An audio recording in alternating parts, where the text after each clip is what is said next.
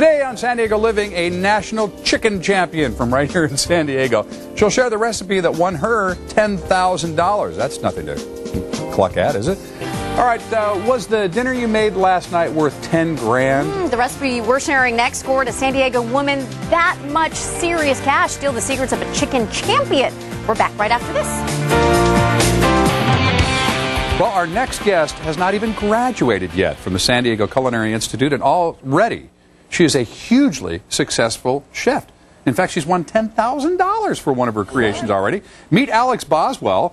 I thought that you had graduated from the San Diego Culinary Institute, and you said, no, I'm still a student. Yeah, no, I'm in the process. I actually won't be graduating until April. So had you ever entered a cooking contest before? No, never. This was a first, and I only found out about it at school. There was a flyer about the contest. And this is for Foster Farms. Foster Farms. Right. Create your own chicken recipe? Yeah.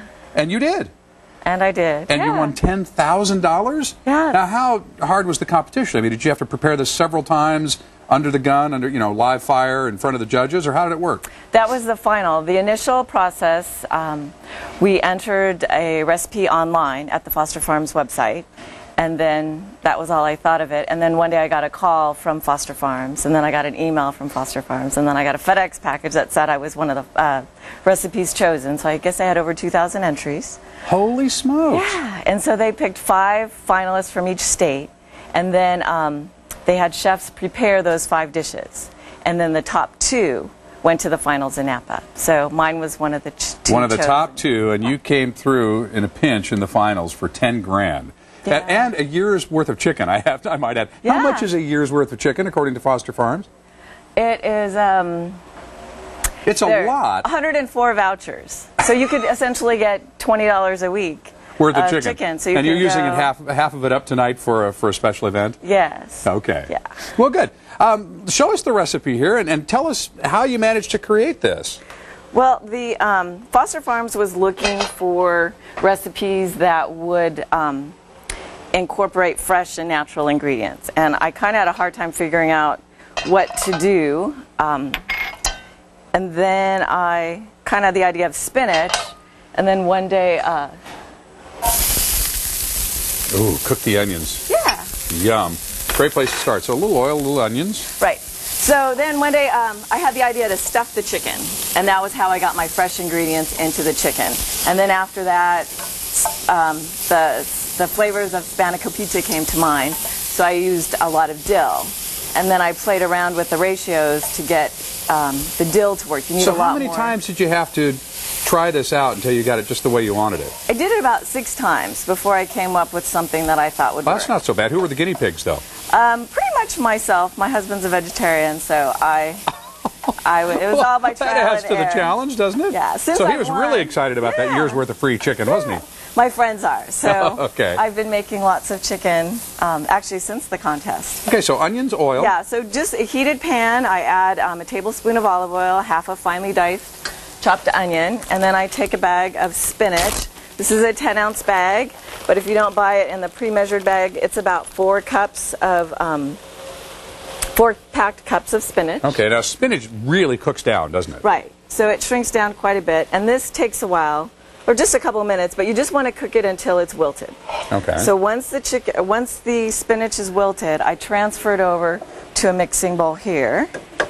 And so once the spinach is wilted, then I add my other ingredients. So I add a half a cup of Monterey Jack cheese, and then half a cup of crumbled feta cheese.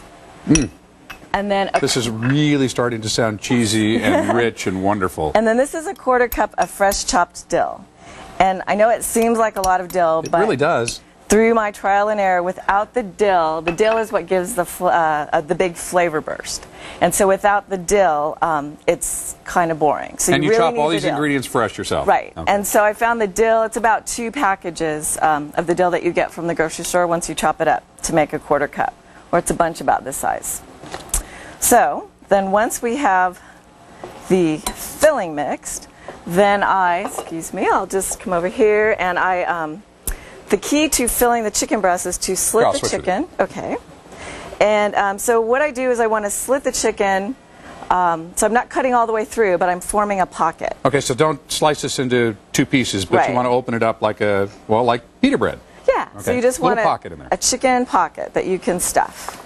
And then once you have the chicken ready to stuff, that would be great. Stuffing? Yes. There we go. We got about a minute left. Okay, so we stuff the chicken. You stuff the chicken breast, and this would be how it would look. You want to stuff them quite full.